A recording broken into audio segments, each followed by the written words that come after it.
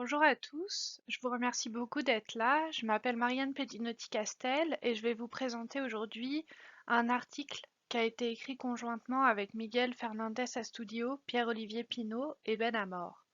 Donc c'est un article qui a été publié en 2019 et dont le titre en français serait Les bénéfices environnementaux d'une rénovation du parc de logements québécois valent-ils leur coût? Une analyse de cycle de vie conséquentiel. Donc l'idée qui nous a poussé à écrire cet article, c'est en fait la constatation que 55% de la consommation d'électricité d'une maison typique québécoise passait dans le chauffage.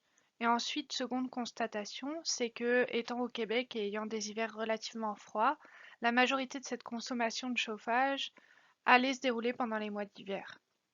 Et donc ce qu'on s'est demandé à travers cet article, c'était de savoir s'il existait des rénovations capable à la fois de réduire l'impact environnemental de notre maison, d'améliorer son efficacité énergétique, tout en restant économiquement viable. Donc, pour répondre à cette question, on a utilisé l'analyse de cycle de vie conséquentiel. Donc déjà, l'analyse de cycle de vie, qu'est-ce que c'est? C'est l'étude des impacts environnementaux, donc de tous les impacts environnementaux et pas seulement des gaz à effet de serre, d'un produit ou d'un service, du berceau au tombeau. Ensuite, l'analyse de cycle de vie conséquentielle, ce qu'elle apporte, c'est la comparaison entre un système de référence. Donc ici, notre système de référence, c'est notre maison typique québécoise chauffée avec une plainte électrique, et un nouveau système. Donc ici, comme nouveau système, on a modélisé des nouveaux systèmes de chauffage, mais aussi des rénovations de l'enveloppe thermique de notre bâtiment. Et ensuite, quand on compare notre nouveau système avec notre ancien système, on constate qu'il y a une économie d'électricité. Et donc ce qui est intéressant, c'est que cette économie d'électricité, on va l'appeler notre électricité marginale. Pourquoi marginale? Parce que c'est une électricité qui va nous permettre éventuellement d'éviter de construire des nouveaux barrages hydroélectriques ou encore des nouveaux parcs éoliens ou d'éviter d'importer de l'électricité qui serait produite à partir d'une centrale au gaz naturel, par exemple. Donc, avec cet outil d'analyse de cycle de vie conséquentiel, on a d'abord étudié les résultats environnementaux. Donc, on a regardé les bénéfices qu'allait apporter le remplacement de notre ancien système par notre nouveau système dans différents cas. Et donc, ces différents cas, c'est différentes sources d'électricité marginale en réalité. Et donc, ce qu'on voit, c'est que les bénéfices environnementaux apportés par les nouveaux systèmes varient selon la source d'électricité marginale. Donc par exemple, si on regarde l'hydroélectricité, donc si notre électricité marginale provient d'hydroélectricité, il va être intéressant de remplacer notre plainte électrique par une pompe à chaleur à air ou à eau.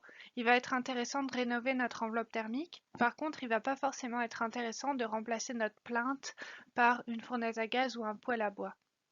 Donc en fait, les impacts environnementaux sont vraiment liés à la source d'électricité marginale. Dans un second temps, on a regardé les impacts économiques de nos nouveaux systèmes. Donc là, on a regardé les coûts de remplacement de notre ancien système par notre nouveau système en fonction des prix de l'électricité. Donc juste pour rappel, aujourd'hui les prix de l'électricité au Québec ils sont situés entre 8 sous et 10 sous du kilowattheure.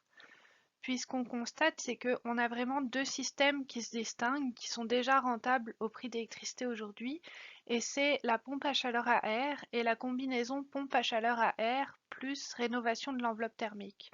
Ce qu'on voit, c'est que les autres systèmes ne sont pas forcément rentables au prix d'électricité tels qu'ils sont aujourd'hui au Québec. Puis finalement, je vais vous laisser sur ces quelques messages importants qui sont aussi les conclusions de notre article. Donc la première chose, c'est que pour répondre à notre question, oui, il existe aujourd'hui des rénovations de notre système de chauffage ou de notre enveloppe thermique qui permettraient à la fois de réduire les impacts environnementaux de notre maison et qui seraient rentables au prix d'électricité tels qu'ils sont aujourd'hui au Québec. Et je parle en fait de la pompe à chaleur à air et de la combinaison pompe à chaleur à air et meilleure isolation. Seconde conclusion de notre article, la production d'électricité à partir de gaz naturel devrait être évitée en priorité. Et donc là, on parle par exemple de l'électricité importée. Et finalement, dernière conclusion, c'est que effectivement, il y a des systèmes qu'on a envisagés qui ne sont pas rentables d'un point de vue économique au prix de l'électricité aujourd'hui, mais qui, selon l'évolution future des prix de l'électricité, pourraient devenir rentables un jour. Donc je vous remercie beaucoup de votre attention et puis je vous retrouve tout à l'heure pour les questions.